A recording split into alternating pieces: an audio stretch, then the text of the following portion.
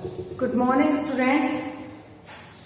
आज हम पढ़ने जा रहे हैं कक्षा 10 का अध्याय 3, जिसमें हम पढ़ेंगे बहुपद। तो सबसे पहले हमें ये जानना होगा कि बहुपद में कौन कौन सी टर्म्स काम में आ रही हैं। और सबसे पहले जो टर्म है वो है चर, और दूसरी चीज आएगी अचर। चर इंग्लिश में इसको बोलते हैं वेरिएबल, और अचर कांस्टेंट।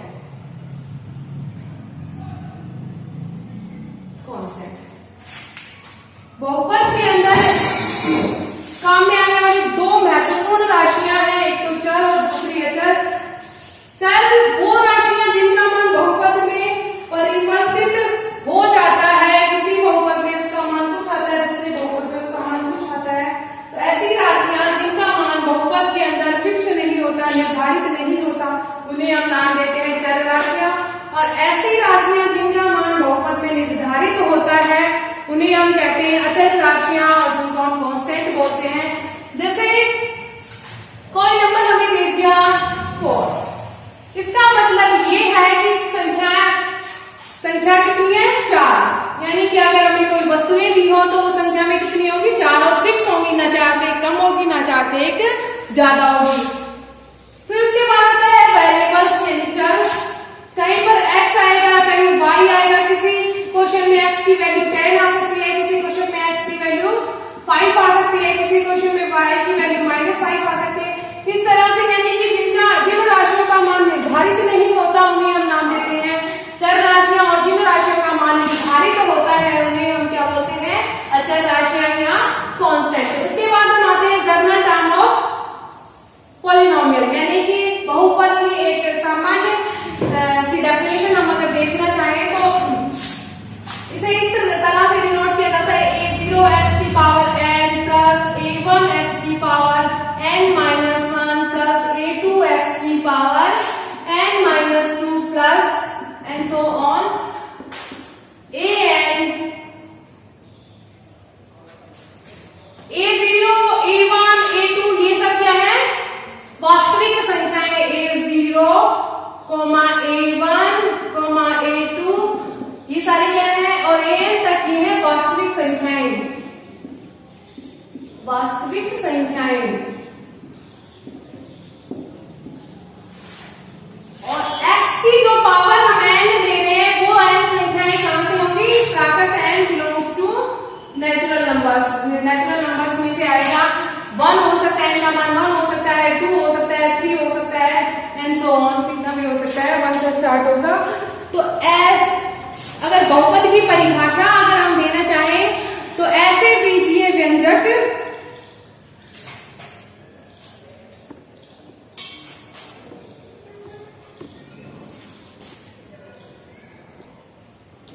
बहुपद की परिभाषा में क्या आएगा, ऐसे बीजीय व्यंजक जिसमें एक या एक से अधिक पद हो, उन्हें क्या नाम दे दिया हमने बहुपद।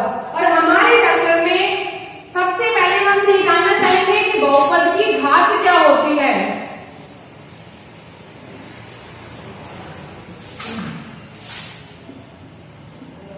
बहुपद की घात डिग्री ऑफ पॉलिनोमियल।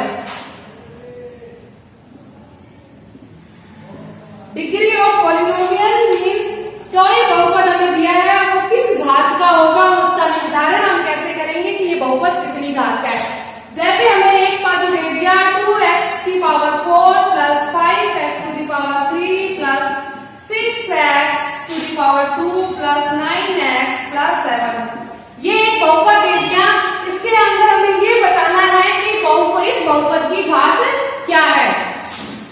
तो हमने ये देखा कि सबसे पहले ये बहुपद है वो किसमें है, x में बहुपद है, यानी ये यहाँ पर जो चर राशि है वो क्या है x है। और x में अगर बहुपद हमें दिया हुआ है तो उसकी अगर हमें घात बतानी है तो हम चेक करेंगे कि x की मैक्सिमम पावर कहां पर है और कितनी है।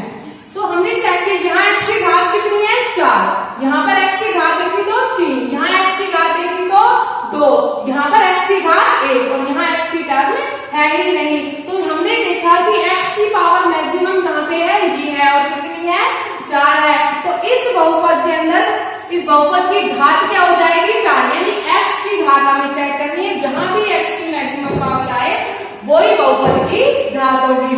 जैसे एक क्वेश्चन हमें दे दिया 9x + 2x स्क्वायर, इसके अंदर हमें बताना है कि इस बहुपद की घात क्या है। हमने चेक किया यहाँ पर x की घात कितनी है, 1, और यहाँ हमने चेक किया यहाँ पर x की घात कितनी है, 2।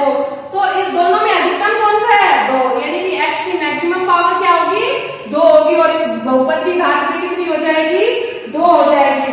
फिर उसके बाद आते हैं हमारे सिलेबस में दिया गया द्विघात, यानी कि द्विघात समीकरणें दी गई है।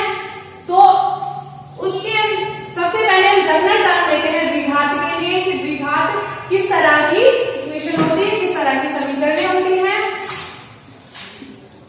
द्विघात जैसा कि नाम से ही पता चल रहा है कितने घात की समीकरण होगी, 2 घात की, और मैक्सिमम पावर भी कितनी रहेगी, 2 ही रहेगी। इसको जनरल वे में अगर लें तो ax² + bx + c = 0, ये किसको रिप्रेजेंट करती है, द्विघात समीकरण को रिप्रेजेंट करती है। x की मैक्सिमम पावर 2, तो ये समीकरण कितने घात की हो गई, 2 घात की, और नाम से ही पता चल रहा है द्विघात समीकरण। x² का गुणांक a है जो वास्तविक संख्या होनी चाहिए, और यहाँ x का गुणांक क्या है, b है, ये भी एक वास्तविक संख्या होनी चाहिए। c एक कांस्टेंट टर्म दी गई है, यानी कि a, b, c कहां से बिलोंग करने चाहिए, वास्तविक संख्याओं में से, वास्तविक संख्याएं।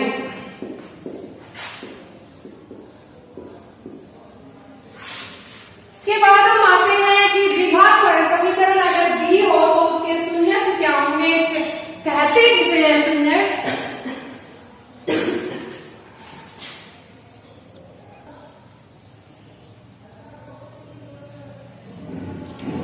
अगला हम आते हैं द्विघात समीकरण के शून्यक। द्विघात समीकरण के शून्यक,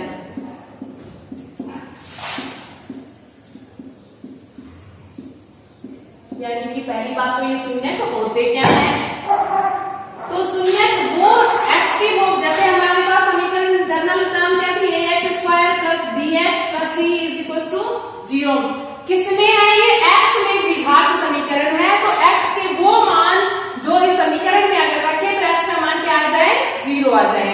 कैसे क्या करते हैं वो भी पढ़ेंगे, और इनके शून्यकों के गुणनफल और शून्यकों के योगफल के बीच में क्या संबंध होता है वो संबंध भी हम जानेंगे। तो ये एक समीकरण हमें दी गई है ax² + bx + c = 0। x² का गुणांक a, x का गुणांक b, और c क्या है, कांस्टेंट टर्म है।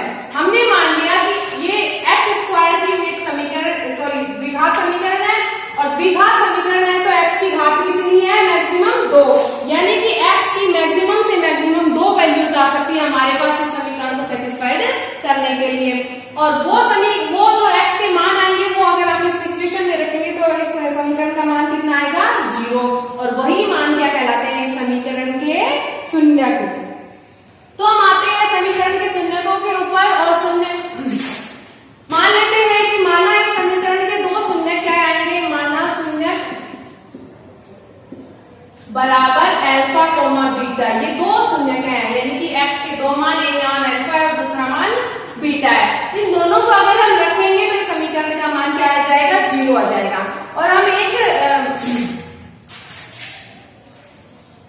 शून्यकों के गुणनफल और शून्यकों के योगफल के बीच एक संबंध पढ़ने जा रहे हैं कि शून्यकों का योगफल क्या होता है, शून्यकों का योगफल।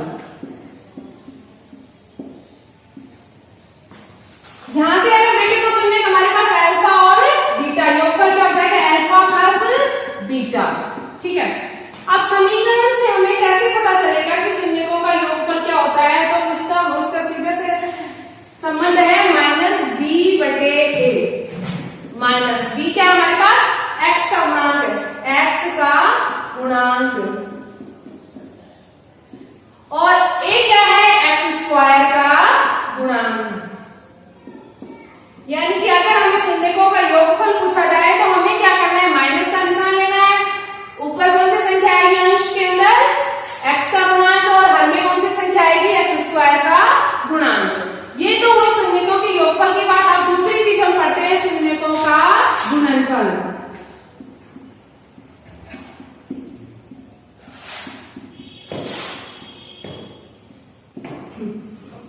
गुणनफल दो शून्य का हमारे पास अल्फा और beta, alpha multiplied by beta, ये दो शून्यकों का गुणनफल आ गया। अब हम संबंध देखेंगे कि समीकरण से कैसे पता करें। तो इस समीकरण से एक संबंध आएगा c/a, यानी कि c क्या है हमारे पास, अचर पद, ठीक है, और a क्या है हमारे पास, x स्क्वायर का गुणांक। यानी कि अगर हमें कोई भी समीकरण दी जाए, द्विघात समीकरण दी जाए, और उसके अंदर हमसे पूछा जाए कि शून्यकों का योगफल क्या होगा, तो शून्यकों का योगफल होता है -b/a।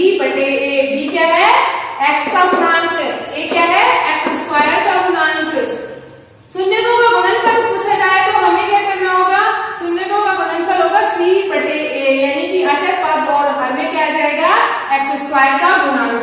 जैसे हमसे पूछा जाए, क्वेश्चन दिया जाए हमें,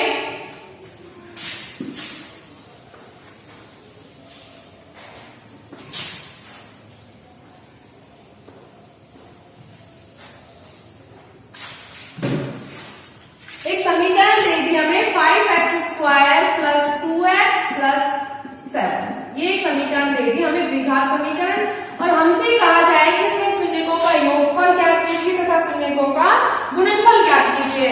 तो सबसे पहले हम देखेंगे कि इसमें a की वैल्यू क्या है, a क्या होता है, x स्क्वायर का गुणांक, और a का मान यहाँ पर कितना है, 5, ठीक है। उसके बाद हम आते हैं b क्या होता है, x का गुणांक, यहाँ x के गुणा में कितना है, 2, तो x का गुणांक कितना आ जाएगा, 2।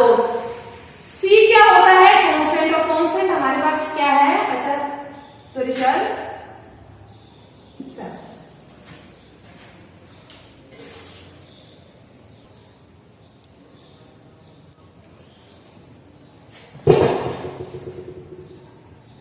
अब आते हैं हम इसके शून्यकों का योगफल और शून्यकों का गुणनफल कैसे ज्ञात करें। तो शून्यकों का योगफल, शून्यकों का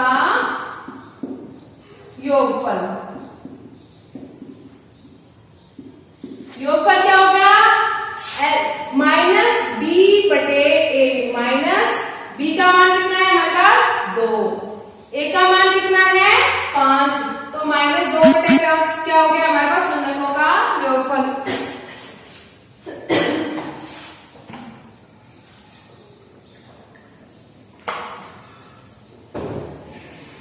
उसके बाद आते हैं शून्यकों का गुणनफल।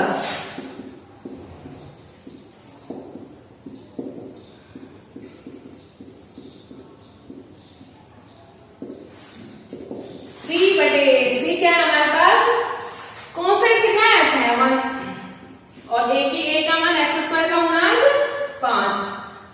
तो कोई भी क्वेश्चन दिया हुआ हो उसमें अगर शून्यकों का योगफल और शून्यकों का गुणनफल पूछा जाए तो शून्यकों का योगफल होगा -b/a, और शून्यकों का गुणनफल पूछा जाए तो वो क्या होगा, c/a होगा। इसके बाद आता है, अगर हमें समीकरण दी जाए और उसमें से आपसे ये पूछा जाए कि शून्यकों का मान क्या होगा,